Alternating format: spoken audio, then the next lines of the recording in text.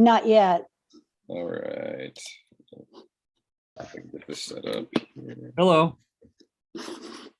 Hello. Hi all. Good afternoon. Good afternoon.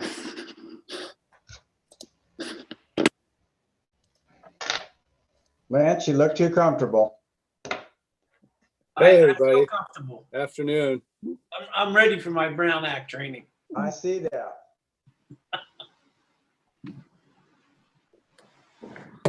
Hey, everybody. Stewart.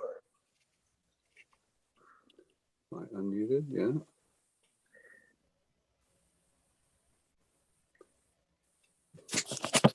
Nice to see us all in one place. You bet. Hey, Craig. Hey, Doug. Howdy. Hey, Trevor. Hey, everyone. Ooh, Hey, guys. the legal team. Right. Thank you for sharing your Friday afternoon with me and everyone else here. Can't think of another place we'd rather be. I know the rain stopped, right? And then you got training. So, all right. Parker, do you want to see if you can get the if you can load up the PowerPoint and get the first slide up there? I think it'll be easier if I have you manage us through it.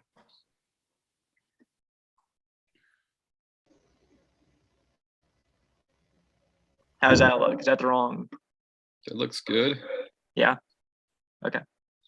Oh wait, we got this other. Can you make it? Why is it showing? Is it on the wrong view? Yeah. It's, Okay, let me try this.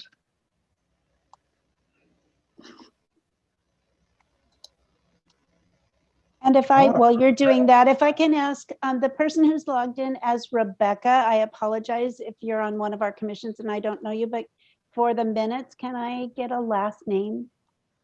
Sorry about that. I'm on my home system at the moment. It's That's my okay. But this is Rebecca Evans, and Oh. I'm the recording secretary for the Planning Commission. I know who you are. Thank you. And I think everybody else's name is showing up. Okay. And Trevor, I'm going to ask that you officially announce when this is called to order. Sure, let's do it. All right, we're going to call this this joint meeting to order. I believe we do not have a quorum of the city council. Is that correct? We do not. All right, so then this will just be a special meeting of the City Planning Commission that we are going to commence here today. And today we are having a workshop for commissioner training. So this is going to be primarily focused on for our planning commissioners here, but it's also going to include a number of items that are going to be very helpful for our other commissions and committees and task forces. So up front here, you know, what I'd actually like to do, if we don't mind, can we have everybody go around and just share who they are and what commission they're with, if they are. If you're a member of the public, you don't have to do that, but if everyone could just, if you want to raise your hand, and then Mary or Parker, can you call them off? Okay, hold on, let me get to the top. Mary, I unmuted. It's Terry Davis. I just want to let you know I'm in my car. I'm driving, so I'm a little handicapped. Okay, thank you, Terry. And Terry is with our homelessness task force. Be So safe, Terry. Doug Stewart. Yeah, Doug Stewart, Public Safety Commissioner. And we've identified Terry. I'm just going to go down the list that as I see them. Mr. Silverstein, would you like to introduce yourself? Certainly. Hi. For anyone who doesn't know me, I'm Bruce Silverstein. I'm a member of the City Council.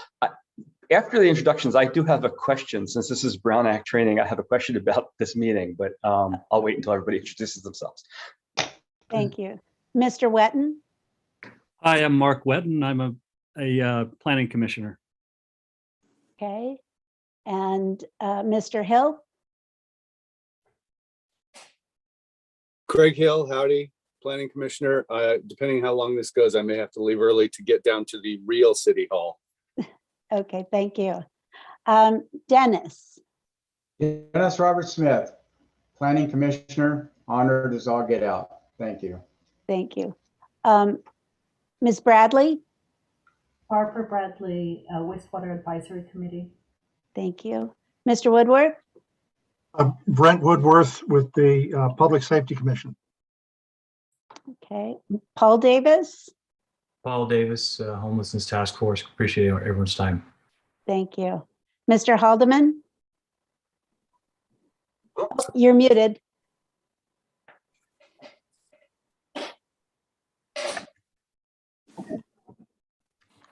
Mr. Haldeman, there you go. Okay, yeah, I'm doing it on my phone because our power just went out on our street. Oh, no. Yeah, apparently a transformer blew up at Tivoli Cove, so we're out for about 5 hours. Oh, no. Oh, no. Oh, dear. And which city Oh, committee? or commissioner? Malibu and Arts Commission. Thank you. Mr. Spiegel? Hi, Mary. Thank you. Josh Spiegel, Public Safety Commission. I'm probably going to turn off my video as this is being recorded. I have a 3-year-old that's running around here naked. So, Okay. Probably more entertaining than anything Trevor's going to do. Ms. Pesses? Kelly Pesses, Homeless Task Force. No naked people in my background, but it's blurred. Okay. Mr. Yaroslavsky? John Yaroslavsky, Wastewater Advisory Committee. Thank you. Mr. Rovin? Hi, Ian Rovin here, Homelessness Task Force. I'm also going to turn off my video because I look like a budget Santa Claus. Ms. Sharon? Hi, Lottie Sharon, Malibu Arts Commission. I also have my video turned off because I have naked dogs and cats doing lap dances. Okay. Let's see, who haven't I gotten here yet? Did I already ask Mr. Barsakini? No, hi, Nick Barsakini, Wastewater Advisory Committee. Thank you. And is there, oh, Mr. Frost. Hi, Mary, thank you. Public Safety Commission and Homeless Task Force. And Mr. Simmons? Lance Simmons, Chair of the Public Works Commission. And Mr. Cohen? Hi, everybody. I'm well, I pulled over on the side of the road, but I'm not going to be on video, but I'm driving. Wayne Cohen, Malibu Homelessness Task Force. Thank you. Mr. Dietrich? Oh, he's connecting to audio. I see that. Okay, Mr. Dietrich, do you want to introduce yourself and tell us which city body you sit on? Scott, you're muted. Thanks. I am a Public Works Commissioner and a member of the Homeless Task Force. And I think everybody else is city staff, so it's back to you, Trevor. Unless I missed anybody, I apologize. All right. Thank you, everyone, for coming today and for introducing yourself. We'll get started here. And if we have any public comments up front, let's take that now. I think Bruce had a question that he wanted to have answered. Anyone else that has something they want to say up front before we get started? There will be an opportunity later for further questions. This will be a workshop environment. I want to make sure that any members of the public or anyone that want to make a comment up front gets an opportunity to do so. So yes, Trevor, thank you. I do have a question, which is, this is a Brown Act training session. It was noticed as a special meeting of the City Council. As you noted, there's not a quorum of the City Council. I'm not sure if there's any other member of the City Council present. Under the Brown Act, can we have this meeting? That's my question. Well, it is not a City Council meeting, so we don't have that, but it's a joint meeting of the Planning Commission and the City Council. So we can continue with the Planning Commission meeting, special meeting that was noticed as part of that. So we can continue with it. But as Brent? you mentioned, it will not be a city council meeting. All right. All right, anybody else? Wayne, are you raising your hand for that, or is your hand still up to introduce yourself? No, it's just to introduce myself. I'll try to put it up there. I got it done. Okay, thank you. All right, Parker, can we go to the next slide? All right, so thank you all for coming here today. And I said, sacrificing part of your Friday. I know we're all busy and we have a lot going on. And I also want to thank all of you for your time and your dedication and, contributing to the city. It's a big commitment. It's not something that you're paid for. This is something that is a big time commitment, and you're doing it, to try to make this city a better place. And, it takes a lot of time. Can be inconvenient at times, and sometimes you can even take some abuse or pointed comments from people, and it can be thankless. And so I do appreciate everyone that has volunteered their time that is here today and for what you do. And it's not small. I think John Mazza showed on Monday night that the Planning Commission's file for this weekend, it was about 3 feet, I think, of paper that they were going through for that meeting. So I know you all are dealing with something similar, and thank you for that. So we're going to start out with just sort of an overview here and the sort of structure and roles of our commissions and committees in our city. So we are a general law city, and we have the council manager form of government. And this means is that as we do not have a full-time mayor, and that the day-to-day operations of the city are run by the city manager. And the city manager is appointed and answers to the city council. And this is a form of government that developed earlier in the century, when there were a lot of issues with corruption and with council members coming in and doing favors for different people and not having the expertise to handle some of the day-to-day practices that were required of the position. And so in this situation, the city manager I mentioned runs the day-to-day, and all staff answer to the city manager, with a few exceptions that are appointed directly by the city council, which include the city attorney. Planning Commission is actually authorized by state planning law, and it has specific duties that are allocated to it by state planning law, and they're appointed by the city council. They were created by the city council, and they exercise judgment and are meant to apply the law, to any particular projects that are applied for, or advise the council on zoning legislative items that are coming through. And they are here to provide especially expertise about the local community. And you'll see a number of findings they need to make are things about community character and different things that they are appointed to bring their expertise and their local knowledge to. Our other commissions, these are all are created by the city council, and your role on these commissions and or task force is to provide advice and recommendations to the city council about the items that you are directed to review or to provide advice on. So the council has provided either a general area that you are providing advice on, such as public works or public safety, or something more specific, such as the homelessness task force. And you often have particular tasks or projects that you weigh in on, and then you provide that advice to the city council. And then we also have staff, and staff's role is to identify the law and analyze the facts. The staff at the city, they all have advanced degrees in planning or in different public works or different specialties, and they're there to analyze this with their expertise and then offer that professional opinion to both our commissions and to the city council. Parker, can we go to the next slide? So the other big participant, obviously, is the community.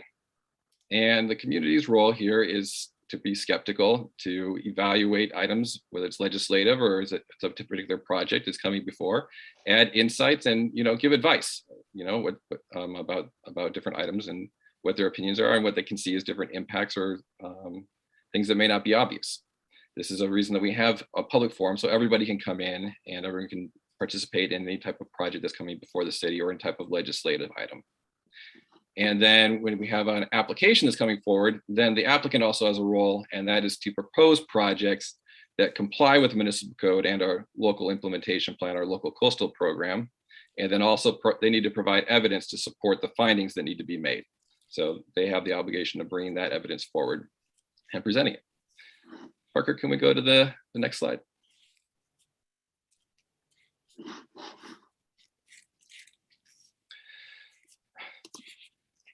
Okay, so there are a number of transparency laws in California, and most important among them is the Brown Act. And what the Brown Act requires are open and public meetings. And this means that all meetings of the city council or any legislative body of a local agency must be open and public. And all persons shall be permitted to attend the meeting of the legislative body or the local agency. So this means that anytime that you're going to have a quorum of your committee or your commission or the city council, whenever they get together, that constitutes a public meeting, and that the public has a right to participate in that. And there are limited exceptions to this. We'll talk through a few of them, but that is the main thrust. And part of that is majority of that is so that everybody is aware of what's happening. No decisions are made in private. Everyone has a fair shot to contribute and provide evidence and make argument before a final decision is rendered on any particular item. And there are a number of different types of meetings that are authorized by the Brown Act. The most common is the regular meeting, which is on a regular schedule. You also see special meetings, and special meetings are ones that are not set for a regular time or place, and they have a particular agenda that is going to be covered. And you'll see there's a key difference between a special meeting and a regular meeting. At a regular meeting, at least any member of the public can come forth and speak about any item that's in the subject matter jurisdiction of that body. For a special meeting, the public comment is limited to the item that is put on the agenda for the special meeting. Other type of meetings that you'll see, which are more rare, are adjourned regular meetings, or an adjourned special meeting when a regular meeting or a special meeting is continued to another date, or an emergency meeting. And there's also a requirement for all meetings that an agenda be posted. And what that agenda does is it informs the public about what is going to be discussed. And so the classic way I like to think about it is your agenda needs to put out there enough information so somebody sitting at home who's concerned about what's going on in the city knows whether to show up at this meeting or not. And if your agenda provides sufficient notice so someone knows that they should show up if they care to weigh in on a particular project, then it's probably going to be found sufficient. If it's too vague or not specific enough, then you have a problem and you're not going to be able to have a discussion about the particular item. Now this is not not every detail of any item needs to be put on there, just enough to be able to trigger somebody that if they're at home, that they know they need to show up if they want to participate in this meeting. And if something's not on the agenda, then the body is not able to discuss that item. So if something comes up with public comment or anything else, all it can be done is schedule that for a future meeting, or a question can be asked to staff about it. It's not something that can be just deliberated or any action taken on at that particular meeting. Can we go to the next slide, Parker?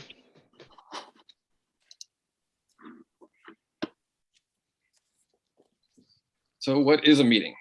So this is when a quorum of the body hears, discusses, deliberates, or takes action on something that is within the city's subject matter jurisdiction. So if you're on the planning commission, then anything that's going to be dealing with a potentially planning commission project or a legislative item that's going to be coming before them, that is potentially a Brown Act meeting. So if you're meeting together with somebody informally, you guys get together or you see each other and you are all on the same commission, it's very important that you do not discuss any matter that could come before your particular commission. Can we go to the next slide?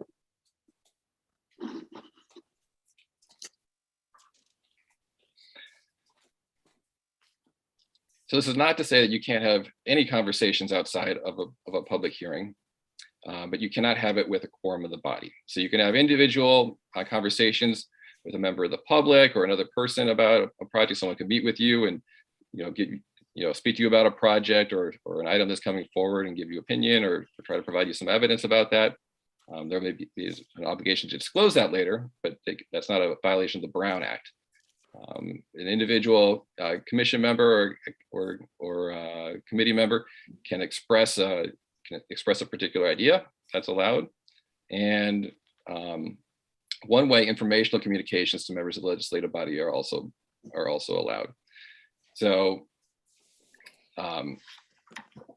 you can have these conversations, but you can't deliberate with a quorum. And you should also be cognizant that if you are out there expressing ideas about particular items, it could come back and be an issue with bias, which we'll talk about later, but is not a Brown Act issue. Let's go to the next slide.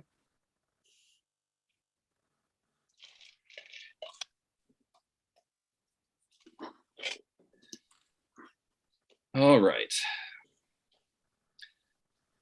So a big problem or big issue with the Brown Act is something which could be a legal serial meeting. And this is when you don't have three, say if it's a 5-person body, you don't have 3 members all speaking to each other, but rather that communication happens through intermediaries or other persons, so that eventually a quorum of the body has actually discussed it.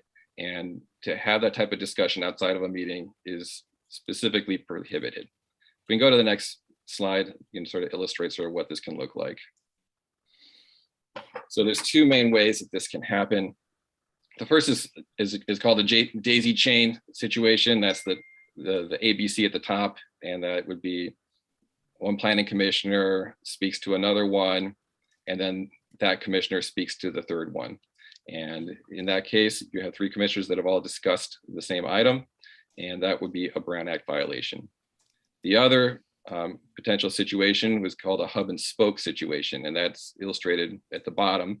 And that's where X would be somewhat independent, perhaps the project applicant or somebody else who is interested in the matter, and they would speak individually to one commissioner and then another and then a third. And they're communicating back and forth, and they're saying, you can see this is, they'll say, oh, Commissioner Bradley told me that this is a great idea and he's totally supporting the project. You should do it too. And he says, oh, I really like the project. Let's talk about this. I think there's an issue with OWTS. And then, and they discuss it, and they discuss it with another commissioner, the third commissioner. This back and forth through an intermediary still qualifies as a violation of the Brown Act. So it's very important that if you speak to another commissioner, that commissioner does not speak to another commissioner. So we'll often have on our planning commission where we have 5 members, you can have a Brown Act buddy where you can talk with that person about a particular item, but it's important that neither of you speak to another member of the body. That's very key. And also, if you're ever speaking to an applicant or somebody, a member of the public about an item, it's very important that it's okay to listen. It's always okay to listen to what someone has to say, but expressing an opinion yourself, or especially indicating how you're thinking how you're going to vote, or what ideas you have about a project or a particular issue, that is a very dangerous thing to share, because that's information that then could be shared with the other members of your commission and create a Brown Act violation, because that's exactly something that they would like to share. You say that you are in support of a project, they often like to try to add pressure and say that, oh, that other commissioner said it's a great idea, so wouldn't you think it's a great idea too, and try to build consensus. So that would be a Brown Act violation. So like I said, as long as you're listening, that is not going to be an issue ever. It's when if you ever try to communicate, to share your opinion or indicate how you are planning to vote on an item, that's when you're going to run into problems. Can we go to the next item? So you should never be concerned about speaking with staff about an item that's coming before you. There's an exclusion from the Brown Act. All staff know not to be sharing what any particular commissioner or committee member says or shares, or questions that they have with staff. You can reach out to them. That is not a problem. So don't hesitate to do that if you have questions or need more information about a particular item that is coming up for your commission or your committee. All right, can we go to the next one, Parker?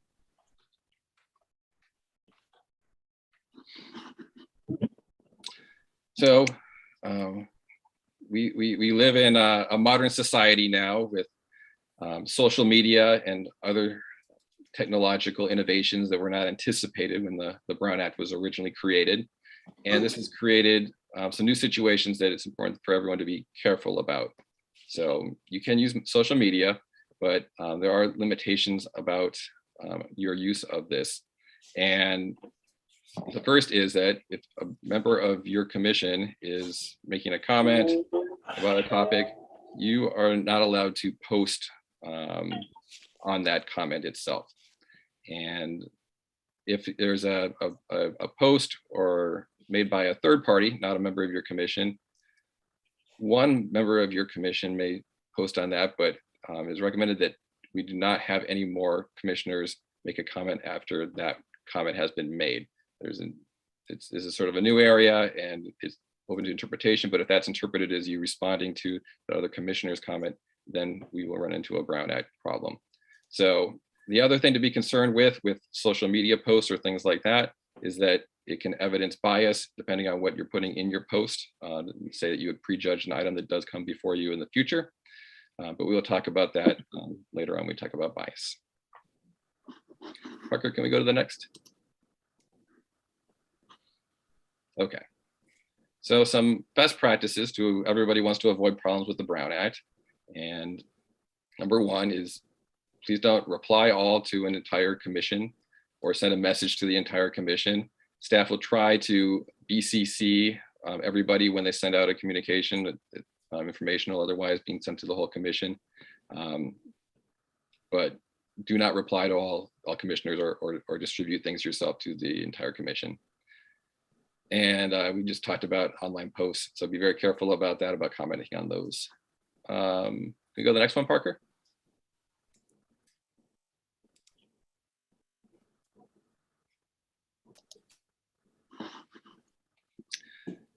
Okay. Another item that everyone should be aware of are transparency laws, and in particular, the California Public Records Act. So every person in California has a right to inspect public records of any state or local agency. And a public record doesn't just mean physical paper, it means any writing containing information related to the conduct of the public's business retained by the public agency regardless of physical form or characteristics. So this includes emails, drawings, CDs, tapes, audio recordings, basically any type, any medium of recorded material is going to fall under this. Parker, can you go to the next one?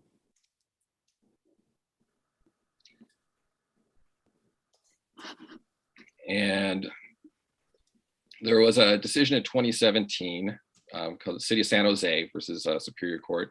And this one expanded sort of the interpretation of what's subject to the Public Records Act. And as a result, anything that you receive on your personal devices that is dealing with city business is going to be potentially available for public inspection and copying. So you need to be very careful about your own personal devices or personal email accounts if you are using those to conduct any type of city business. Can we go to the next one, Parker? And there's been some carve-outs, to try to protect personal emails, but there are exceptions to that. And so anytime you're using your own personal email or your personal device to conduct city business, you're potentially exposing yourself to, hold on.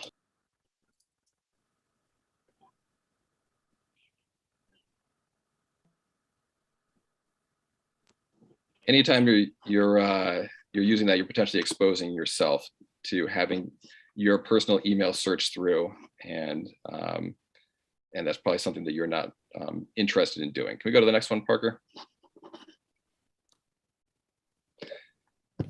So as a result, it's important that you keep your any type of commission business separate. And I don't believe the Malibu City email addresses are distributed to you. So I'd recommend that you create your own personal email address for your commission work. So I know a lot of them will do something, John planning commissioner at gmail.com or things like that. If you use that only for your commission business, then you don't have to worry about going through your own personal records or your personal email account if there's ever a Public Records Act request about a particular project. And especially for the Planning Commission, if there's ever a situation where you rule against somebody, whether that's a member of the public or an applicant who's disappointed by your decision, they often will make requests for these types of communications and communications related to the project. And if that is in your personal email account, it could eventually lead to a situation where those personal emails need to be combed through to pull out any city related emails. So try to be very careful about that. Keep your city work separate, and it'll save you a lot of headaches down the road. It also makes it a lot simpler if you do get a PRA request to be able to quickly go through those emails and find if there is something that is responsive to it.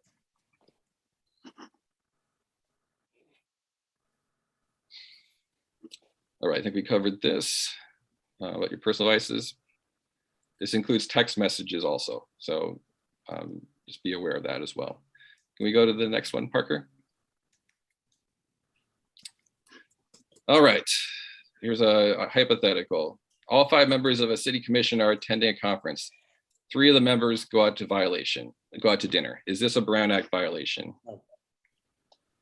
Raise your hand if you think this is a Brown Act violation.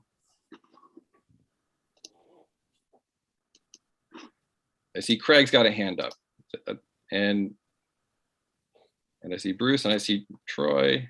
Anybody else? Kelly, Dennis? Oh, we see a lot of us. So, and the answer is, I'm gonna click Parker.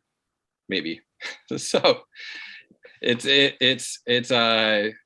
but it is a situation fraught for a potential violation. So I appreciate everyone that said yes, because if they do discuss city business at all at that dinner, then you have a Brown Act violation. So if everyone goes to dinner and just talks about the Dodgers, then you're okay, or if they're in a situation where they see each other. But it'll be very hard in those situations not to say anything about your city business. So I definitely recommend not doing that. All right, next slide. All right, during a commission meeting, 3 of 5 members frequently look down at their laps, and a local blogger asks if they violated the Brown Act by sending texts or emails to each other about agency business. Anybody think this would violate the Brown Act? See a number of hands out there.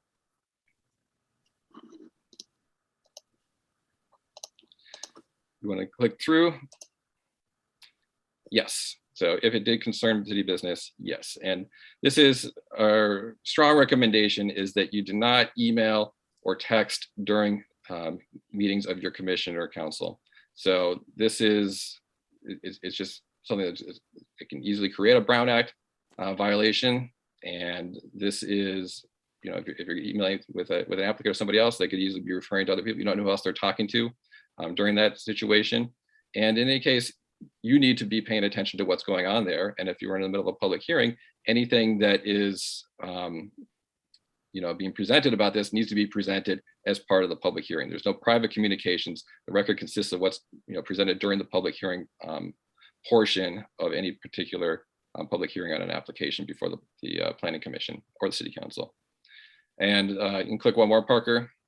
And yes, anything that is being texted or emailed during a commission meeting is a public record and can be discovered. And if you are sitting there during a meeting and you are texting or emailing, and then you rule in a way that somebody else doesn't want, you're very likely to get a PRA request seeking those documents. So definitely the recommendation is not to be using your devices during that meeting. I understand if someone, you need to keep your phone on for emergencies or the type of personal situations, that's fine. But definitely don't conduct any city business, and don't respond to anybody that is, reaching out to you during one of your meetings. Can we go to the next one? Okay, we're going to move a little bit in here into issues that are more specific to our planning commission. And we have here our legal principles that are going to be guiding us in the planning commission and in how the business is conducted there. So the first is equal protection. Similarly situated people, to be treated similarly. So this means that especially with the processes that we use during a commission meeting, we should try to keep them as similar as possible. Sometimes we'll be in a situation where there will be too many public speakers for us to legitimately to go through. And in those cases, then, sometimes we need to limit the time for the public hearing in those types of situations, but we try to be as consistent as we can. And, you know, while we're not bound by precedent necessarily in a particular application, and there's always going to be differences between them, it is important that the way we're treating them, we do try to treat similarly situated people similarly, so everybody's treated fairly. Second is due process, and this means notice and opportunity to be heard before an unbiased decision maker. So it's important that you come in to any type of application that you are ruling on with an open mind, that you haven't made a decision on it beforehand, that you wait until you've seen all the evidence at the public hearing before you make a decision, you know, on it. And part of this due process is that, you know, there is public notice provided, and everyone gets an opportunity to participate. Another item that can come up at the Planning Commission is a regulator taking. This is something that can constrain your decision-making power in some particular situations. But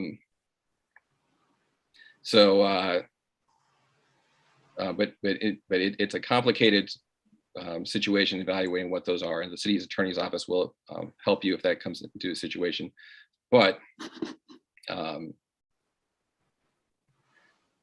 it basically, if governmental regulations limit the use of private property to such a degree that the landowner is effectively deprived of all economically reasonable use of the property, then we're going to have an issue, and there may be a need to adjust, you know, how the ruling is made on a particular project. And then the last sort of key legal issue that we will sometimes bump into is preemption and state mandates. And as a coastal city, you know, this comes into play very often in terms of the Coastal Act and our local coastal program that is going to trump our zoning code in situations where there's a conflict between them. And, you know, and other types of state mandates, such as ADUs in other jurisdictions where you have specific mandates from the state that will preempt our local zoning power. Can we go to the next, Parker? So land use regulations in the city are sort of structured this way. We have state planning law, and this requires the city to have a general plan, which lays out basically the constitution of the city and our principles and the organization of the city. And then that is implemented through our zoning ordinance. And that is the specific rules that are applied within the city. And the zoning ordinance, in order to be passed, it has to be found compliant with the general plan. And so that is what you will be dealing with day to day. Now in Malibu, as I mentioned, we're in the coastal zone, the entire city. I think we're only one of two jurisdictions, I think Catalina also, that are entirely within the coastal zone.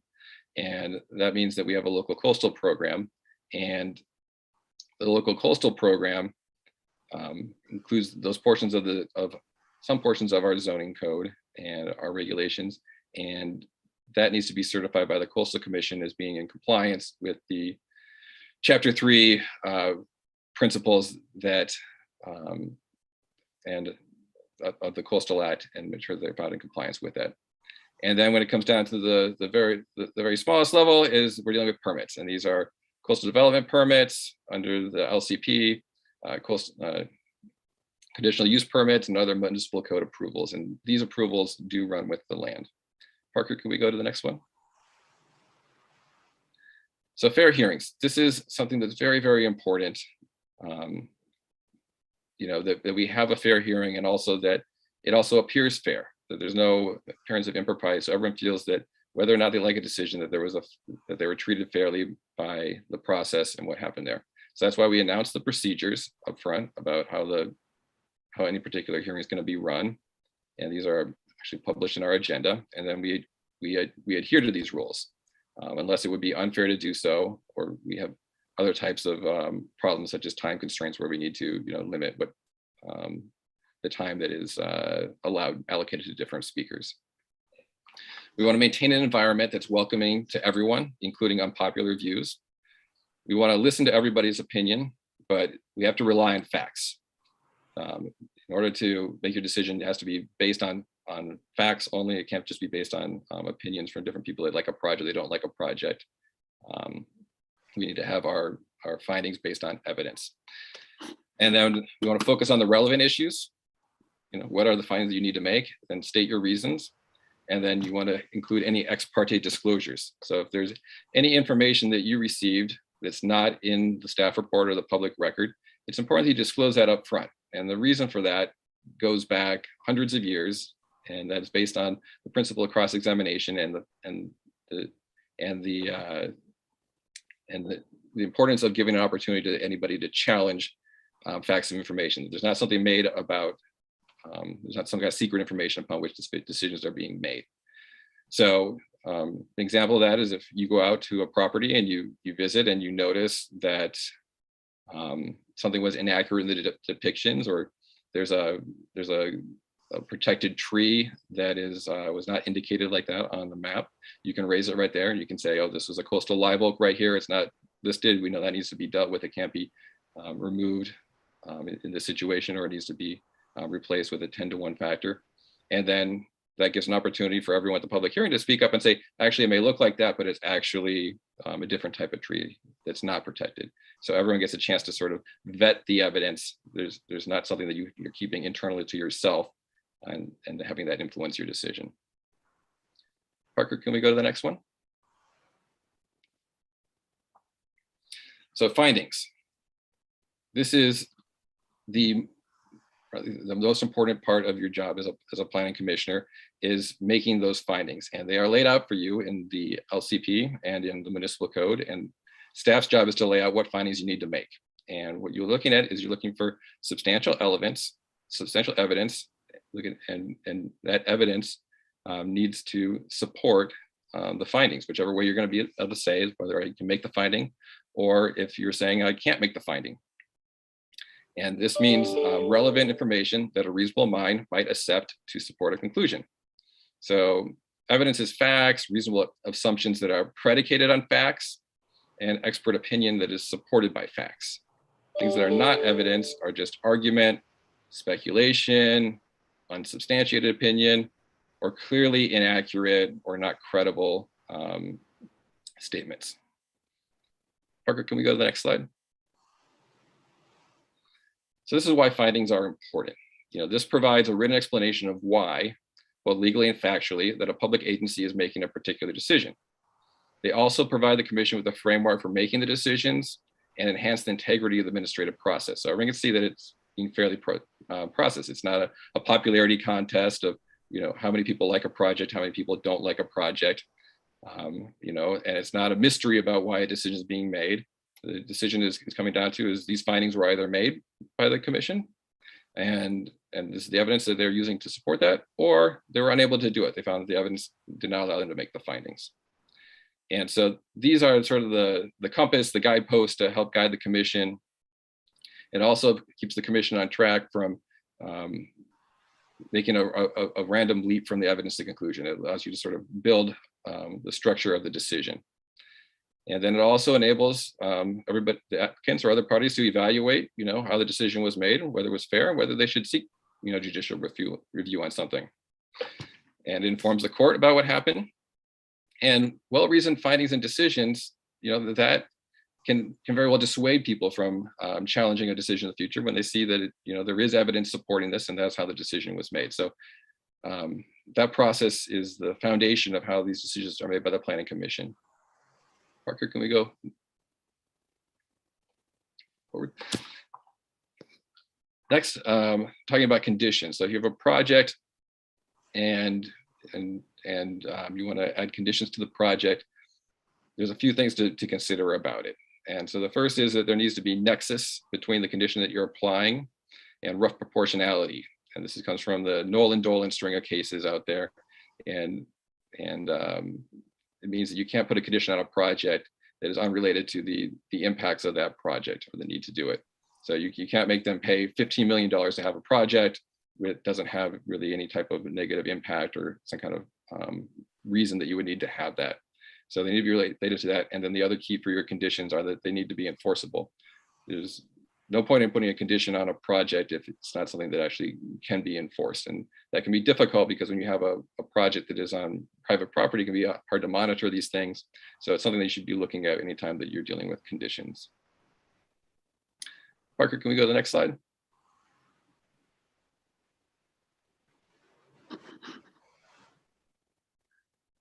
All right. So there are, the Political Reform Act has, this is something that everyone needs to be aware of, and this is a situation where dealing with when you would need to recuse yourself from a particular item when it's seen that you would have bias as a matter of law in terms of a project that's put before you. And this is if you have an economic interest in a particular project or item that's coming before the Planning Commission. This could be a business investment or a source of income, obviously employment, real property gifts or loans or other types of finances. Can you go to the next one, Parker? Real property interest. So if you have an interest in real property, this test was adjusted a few years ago. And so anything within 500 feet is going to be presumed to be material that you will need to recuse yourself. Anything between 500 and 999 feet, generally it's going to be, you're going to need to recuse yourself. It's going to be beneficial to do it in that. And over 1,000 feet, it's presumed it's not to be material, but if there is some kind of special situation, how the project would affect your property, you could still need to recuse yourself even if it's outside that. Parker, can we move to the next one? So when you have a conflict or a financial interest and you need to recuse yourself, you need to, when the item's called, you need to publicly identify that financial interest, and then you actually need to leave the room. So on Zoom, that means you need to turn off your microphone and turn off your camera and step away. Some will actually sign off completely from it. That's the best practice. But you can't, and if we ever are back in City Hall, you'll actually need to wait to leave not just the dais, but actually the room itself before the matter can go forward. There is one exception. If there's an item on the consent agenda that you need to recuse yourself from, so long as that item's not pulled, you can still vote on the consent agenda, but you need to note for the record the reason that you're recusing yourself from that particular item and indicate that you're not voting on that one. Parker, can we go to the next?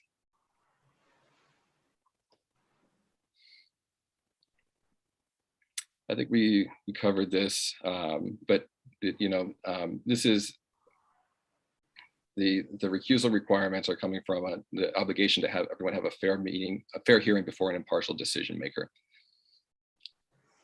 We go to the next one, Parker.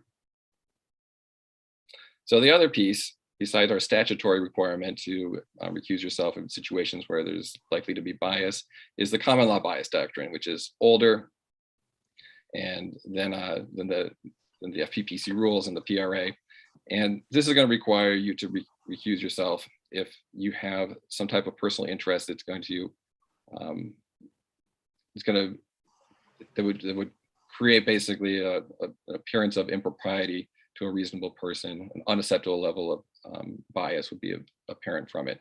Everyone sort of thinks that they are unbiased, but it's important for you to think about this through the lens of somebody who's sitting out there and has an application before you, and whether they would feel that you would be able to fairly adjudicate the matter before them.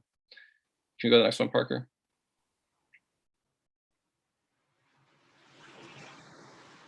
So here are some best practices. And so, and if you ever have a question about a particular conflict or relationship or situation, please give me a call before the hearing happens so that we can talk through it.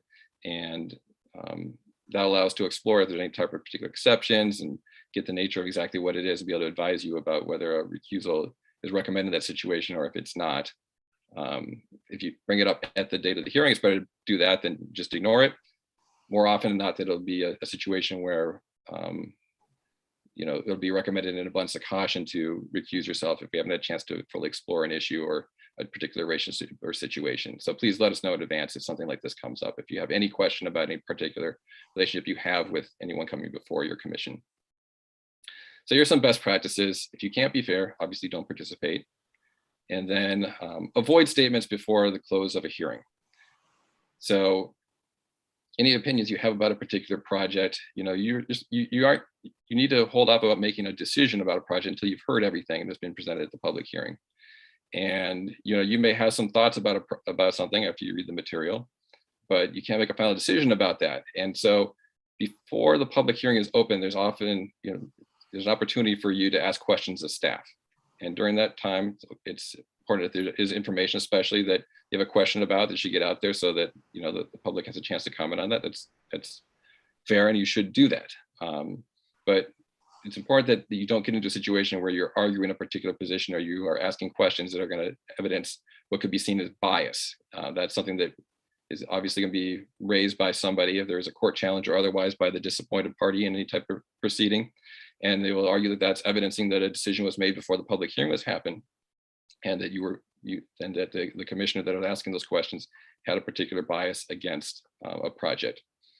So make your decisions based on the administrative record, based on what's the evidence that's before you.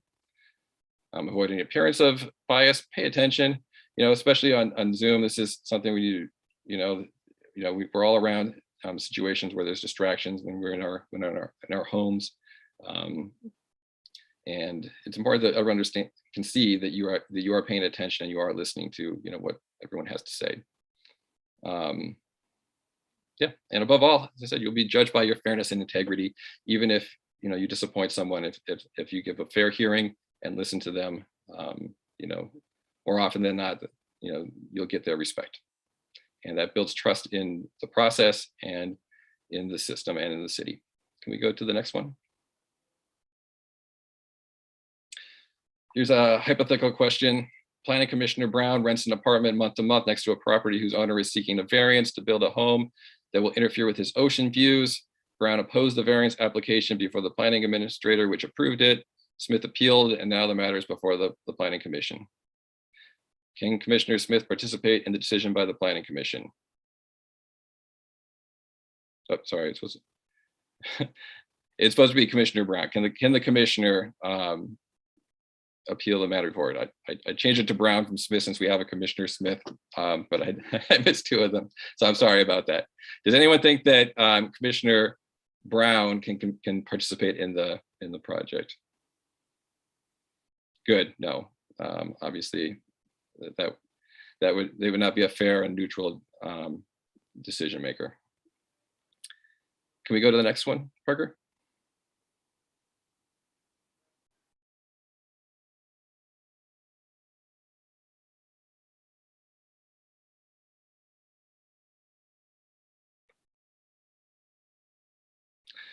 All right, here's another hypothetical. Planning Commissioner Jones wrote a blog post stating that a controversial development project would impact critical wildlife habitat and important views in the community.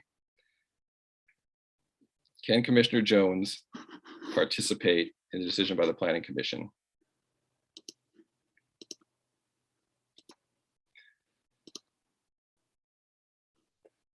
So what do we think? Can they participate?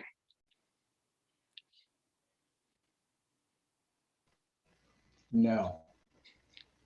All right, go ahead, Parker. Probably not. So it depends on exactly what's in that article. You know, you can have opinions, but the way to sort of think about this is if you are taking affirmative action to go strike out either for or against a project, then there's likely going to be a bias issue. And there's a case law out there about a council member who showed up in an HOA arguing against a project and participated and wrote an article in that HOA newsletter ripping apart the project, and then tried to participate later, and obviously it was a problem. So any type of affirmative action you're taking for or against a project is probably going to create a situation where you are going to need to recuse yourself,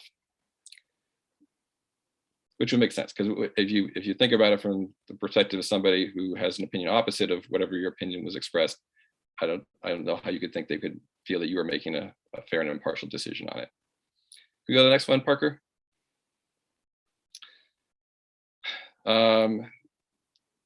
So in terms of gifts or things that you receive, you know, this is something that anything that provides a personal benefit to you and for which consideration was not provided. So if you're getting something at a discount that you didn't fully pay for from somebody that's coming before you, you know, these are things that are going to qualify that under the PRA that qualify as gifts. Can we go to the next one? And so over the calendar year, anything over $50 needs to be disclosed. And then you can disqualify if it's over $520 over 12 months, and you should just refuse those things. If you get something and you don't want it, it's okay if you return, pay them for it or donate it, within 30 days. You need to do it right away. So if you get something you weren't expecting, please be aware of these rules and take action to return it. And you can let us know too if you want help with that. Parker, can we go to the next one? All right, so that's made it right at 2:30. So at this point, I wanted to open it up. If anybody here has any questions about anything, if you want to click the raise hand. And Trevor, I just wanted to let you know that I checked and we did not have any public speakers for this item, for this agenda. Okay. All right. I see Scott Dietrich. You want to? Thank you, Trevor.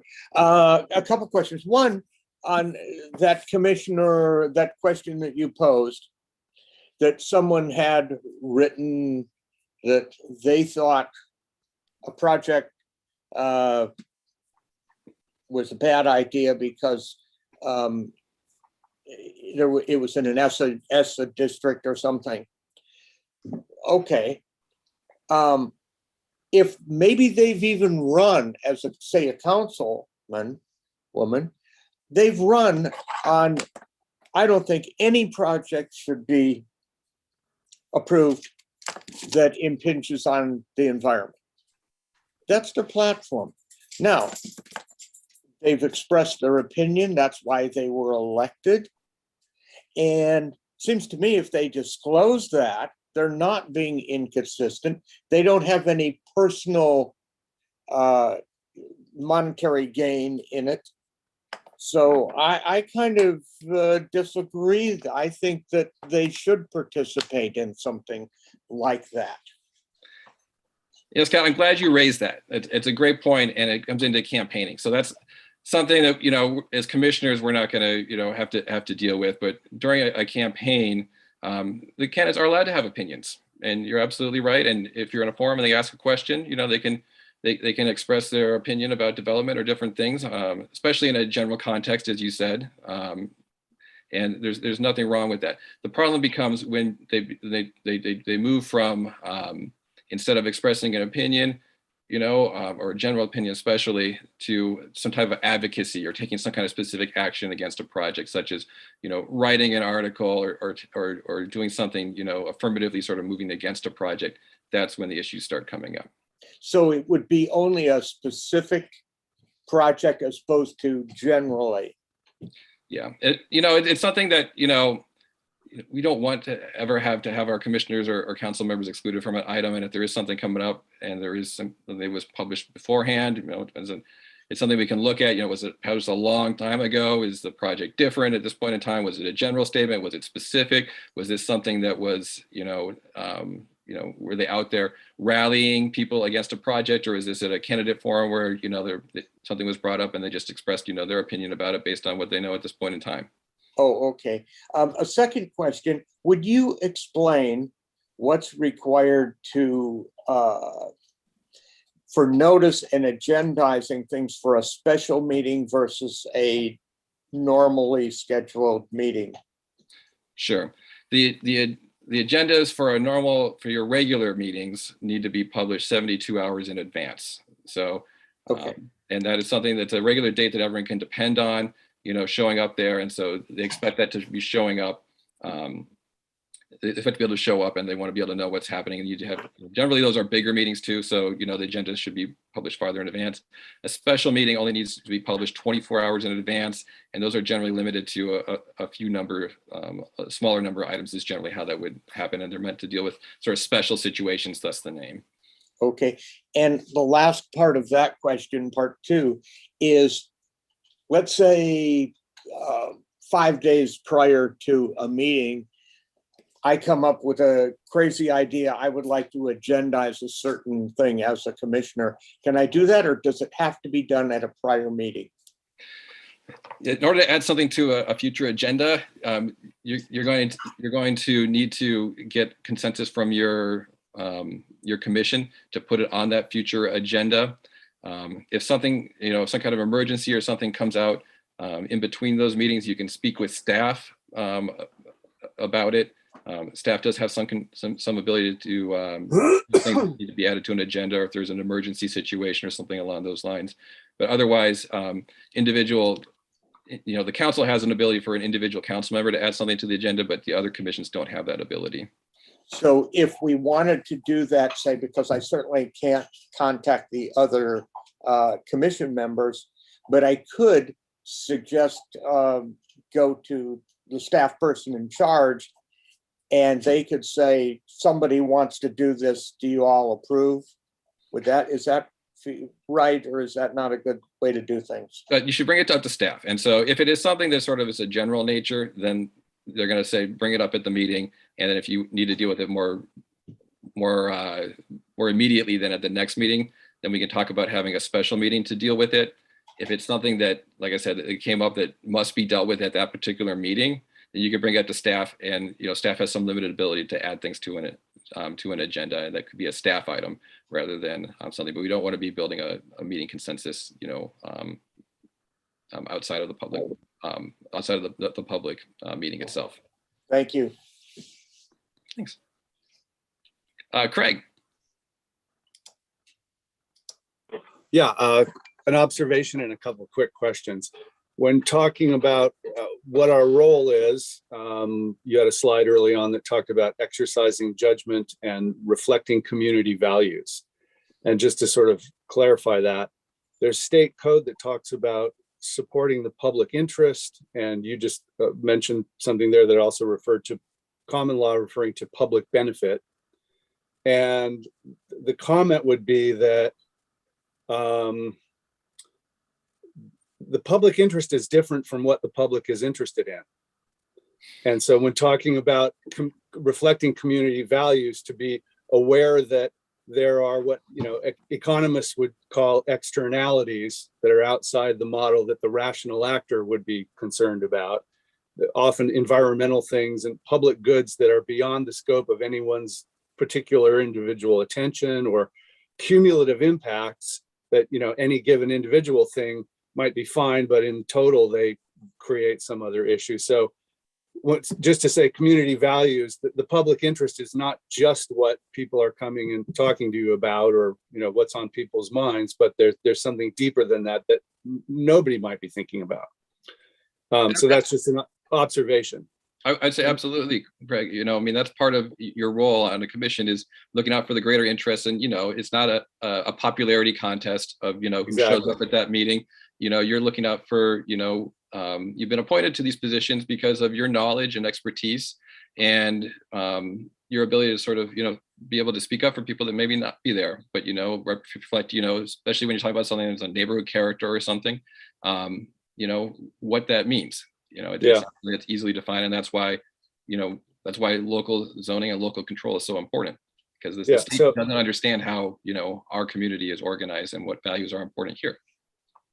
My quick questions would be, how many Brown Act violations have there been during cityhood here in Malibu? And I'm sure you have a number on that. And then more broadly, do you have a sense of how many there have ever been statewide, and how prevalent this is ever an issue, and just how much it actually ends up going to court in the end? I don't have any numbers for you, and I'll say often, if there's a Brown Act complaint that's raised, in abundance of caution, the city council will often just rehear the item or take new action on it. One of the most important things, when there is a Brown Act violation, is that it's disclosed, and so everybody knows what happened, before any action's taken, if that's possible. And if more time is requested because of that by perhaps an applicant or somebody else because of it, that's something that we want to accommodate and try to find a way to deal with it. So it's very uncommon to have a Brown Act violation. And I think in the cityhood, I think there's been maybe one or two ever that were prosecuted or almost made it to court. Do you have any recollection? I'm not familiar with any court ruling against the city of Malibu on a Brown Act issue. you know, I know it's been alleged on occasion, sometimes, you know, without any basis. But in those situations when there is something brought up, it's something that's immediately, you know, something that our office will scrutinize and then try to find a cure and a path to transparency and cure if it does appear. So it can be cured sort of retroactively, I guess is the implication here. Well, you know, it's a hard thing to deal with. You know, a cure is, you know, it's not like a simple thing in some situations, and some of these can be inadvertent and not really have any type of impact. You know, someone, you know, said something to someone else, and that person said something they didn't think that they weren't gonna comment, or, you know, these things can happen by accident, and then it's just important that gets out there and is shared with everyone, and prevent any type of you know, bias or impact, because it's important that decision is made in front of the city council. If it comes to light after a decision is made, much worse. Sometimes that decision will have to be reopened. It's a sort of a fact-specific situation about how you would deal with any particular one. Right. Thanks. All right. Doug Stewart? Yeah, Trevor, got two issues I'd like to get some clarification on. The first one is, what happens when, say, 5 council members or 5 Public Safety Commission members or whatever find themselves at the same event, either by design or by accident? And I'm thinking now, for instance, like when we had the Woolsey fire meetings with Sheila Kuhl or whoever, and you look around and go, everybody's here. Or if we're in a training session, not dissimilar from this, except maybe in person. So what's the rules of the road for that? Or let me give you another question, like a political event, say we go to a campaign rally for somebody. So what's the rules of the road there? Sure. I would say number one, whatever event or whatever it is you're talking about, let us know, the city attorney's office, before it happens, and we can, you know, weigh in on that, give particular advice. But at a, you know, an open event like that, like a political debate or something like that, or a ceremonial event, or even a meeting of another body, you know, if the planning commissioners show up at a city council meeting, you know, they can attend, you know, they can listen, but they shouldn't be conducting their own business at that meeting. So if you do see yourself in a situation where you are there with other members of your committee or commission, first thing I would say is make sure you don't all hang out together, you know, because that would give the appearance of, you know, that you are, you know, convincing or speaking about something that could be under your committee's jurisdiction, and also avoids any, you know, accidental, you know, communication. Someone reacts to, you know, something that's said, and then, you know, everybody's sort of there. So spread yourself out so you're not close to each other. And then, like I said, you know, listen, and, you know, don't create a deliberation about anything that's going to be part of, you know, what your jurisdiction is for your commission or your committee. Okay. And the second question I've got, and I know this is kind of a slippery slope, and it's hard to define, but take next door, for example. Somebody posts an issue there and you're trying to be helpful and you give them some comment, and that's 15 posts back. I mean, we never go back and look at everybody that's made comments. We could very easily have the same, especially public safety. Somebody says, well, what about this? And you try and help the citizen out, but you find out later on that you got 3 commissioners all speaking on the same thing. Best course of action, either don't try and help them out on next door, or do you know, do a mea culpa? How do we handle that? Okay, that occurs, let us know, and let's look at exactly what the communication was, you know, and what happened there, and then we'll unwind it. What I would say is always be very careful when you post, and do look back at what you're responding to, because, you know, they get shrunk down. You might not realize, you know, what it is, or someone's posting, you know, under, you know, their wife's, you know, address or something, but, you know, they sign it themselves. And so that's exactly the problem with social media, is it's just better not to, you know, be commenting about, you know, city business. Responding to posts and comments is the most dangerous. If you post it yourself, then everyone else on your committee should know not to respond to, you know, what you put up there. But, you know, and I know you want to be helpful to people, you know, and it may be a situation where you could tell them, you give them general information, you know, talk to this person on staff, or, you know, this information, you know, there's information available online, or you can talk to them individually where you're not posting, where if you post online, then other commissions, committee members could see that. And if there's any kind of implication that you are, making an opinion or discussing an item coming before you, that's where the problem comes in. So if you're speaking with an individual, you can ask them, you speak to them individually, say, hey, have you talked to another committee member about this? If they haven't, you can say, well, I can tell you, you may want to talk to this member of staff or look into this and this. But I would, like I said, refrain about making any type of opinion about something that's coming before you. But if you're just trying to provide help, try to reach out individually and avoid posting on long strings if possible. Okay. Thanks, Trevor. Appreciate it. Josh. Trevor, thanks for answering our questions. My question is a little bit specific, and it pertains to the Public Safety Commission. We have several members within the Public Safety Commission that are on brigades, fire brigades in Malibu, and I could definitely see some of the brigade issues becoming agenda items. Now, it seems to me that we would need to recuse ourselves. However, if 3 members of that commission recuse ourselves, then we don't have a quorum. And I'm assuming it would go to the city council for a vote and a decision from there. But what would happen if those city council members also needed to recuse themselves and did not have a quorum from there? Okay. So it would be a fact-specific situation, so we'd want to talk about anything that's coming up. But if there's a situation where you have too many members, especially the city council, that need to recuse themselves on an item that needs action, there's a rule of necessity that would allow one of those members, or the minimum number necessary to participate in it if it's something that needs to be ruled on. So there is a backup requirement about it, but we do need to disclose everything up front. And there's a random process that's being used to determine who gets to be that person that participates. Okay, thank you very much. That's all I have. Okay. Barry.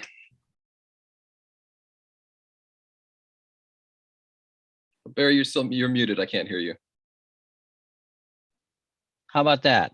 Did that work? Okay. I have 3 questions. One is, can a committee spend money within their budget without going back to the city council? In other words, if they have a project that they're doing, can they spend it on on the project, or do they have to go back to city council for every project that's that they want to spend money on? I'm a little confused. On the Arts Commission in particular, if you guys have a project, it's brought forward to the city council for approval of that project. And then once it's approved, that project is, greenlit and it goes forward. So if it's generically approved, like in there's a task list each year, and it says, for example, set up art exhibits around Malibu. Okay. So do we then have to go back and say, all right, we want to set up this specific exhibit and this will happen? Or can we take the general statement that we can, within reason, if the commission votes for it, that we can spend the money on that, on a particular exhibit? All right. Well, I see Steve McClary just popped up here, which I was hoping he was still on, and I will pass it to him. But when the council goes direction, then staff will implement it. But usually that's done, with feedback and with direction from the commission itself. But Steve, do you want to talk about how that type of situation? Well, I think thank you. And I think your last statement, Trevor, was on point. So yes, if it's something and it's gone up and it's gone, through the city council and it's been appropriated, and obviously, if it's something in the work plan, then no, the idea then would, whatever that project would be, then, staff would work. For example, I've in my past lives, I've been a liaison to a city art commission, and that commission had a pretty good budget. Now there were some things, like, for example, they would do an arts grant program. Now in that particular instance, that was part of the rules. They would have to bring that back to council for the final approval of the grants. But there were other things in the budget that were under full discretion. So the commission would work with staff and say, okay, here's a particular piece of art that we want to purchase, and it would fit within, the parameters of what had been budgeted for that year. And so, depending on whatever policy you had in place, then you would just proceed and you would do the purchase of the art. It would be recorded as an asset of the city, but you wouldn't necessarily have to run that back up to city council again, and unless, like in the particular example that I cited, where that was part of the program. And so that would be something that would be a policy choice. But I hope I've answered your question. Maybe the Well, simple. let me clarify one thing. So for example, one of the just generic things on the task list, without, to my knowledge, any specifics, are arrange for public art exhibitions in the city. So for example, one of the things I'm doing is going to the Chamber of Commerce to see if we can get some space where businesses would put up some art. It may cost some money to do that. We have it in the budget. Is that something I'd have to go back on, because there weren't really parameters on the task list? It just said do this. So within, rational reasons, can you go ahead and do that? Well, again, if it was approved under the task list and it was funds that's been appropriated by the city council, you should be able to go forward with that. But I'm happy to have a meeting off the weekend. You and Jesse and I could meet and maybe go over the finer points of that. That's great. Okay. Thanks. My other question, two more questions. As far as the putting things on the agenda is concerned, I wanted to clarify something.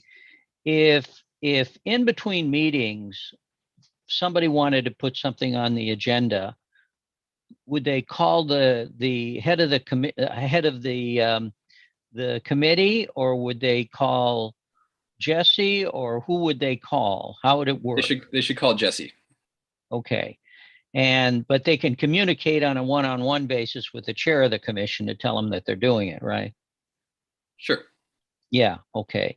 And then if for some reason Jesse didn't want to put it on the agenda, but the head of the commission did, what would happen at that point? You would have the meeting, and then if you would set it for a future agenda, if there needs to be a special meeting or something set. But there's constraints about that because staff has limited resources to be able to handle those, extra meetings. So right. The issue is if it is something that's really pressing, I'm sure staff, Steve can chime in, but I'm sure staff will make every effort to put something on there if it needs to be dealt with. Right. Okay.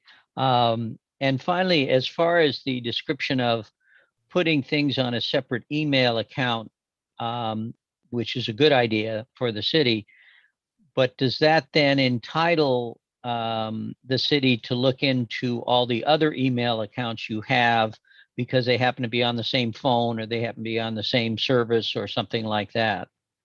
Thank you for raising that point. If you do follow that practice, which I highly recommend, of creating a separate email address for all your city business, don't have it feed into,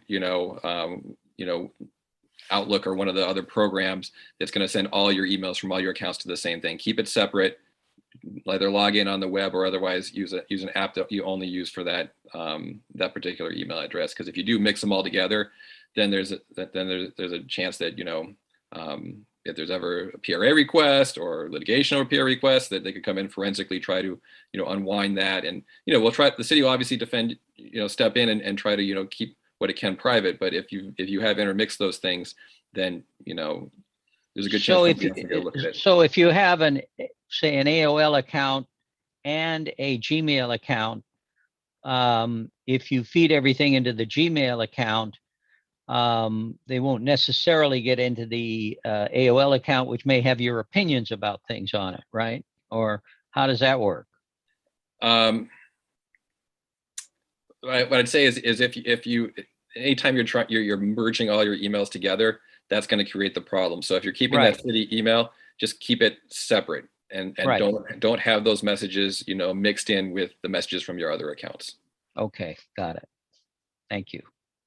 And if you have questions about that, Parker or Alex can help best practices about easy ways to do that. Good, thank you. Bruce.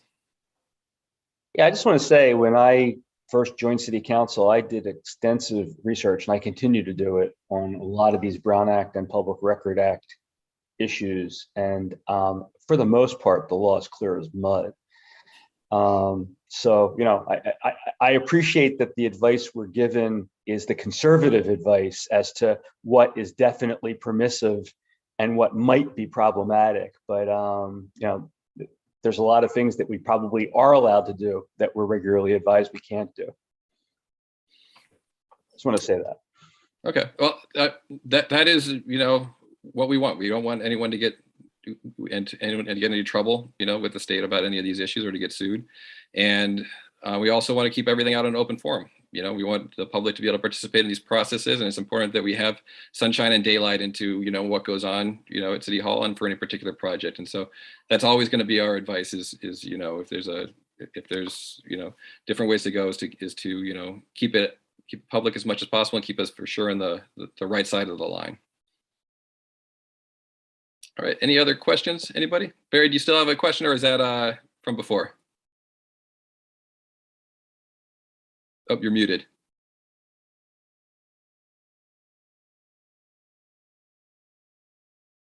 All right, Barry, I'm going to assume that you can give me a thumbs up if that was the old question. Is that, everything new? Okay. Barry, if you do have another question, just feel free to give me a call or shoot me an email later. So everyone else, thank you so much for coming today. If you have further questions or anything comes up in your commissions and committees and task forces, let me know. And thank you again for coming today and for your service on these. I know it's not a small thing. So thank you. And you make the city a better place. Thank you, Trevor. Thank you, Trevor. Have a nice day. Thank you, Trevor. Thanks, Trevor. And if you're a member of the Homelessness Task Force, just stick back with. I'm kidding. Funny. Oh my goodness.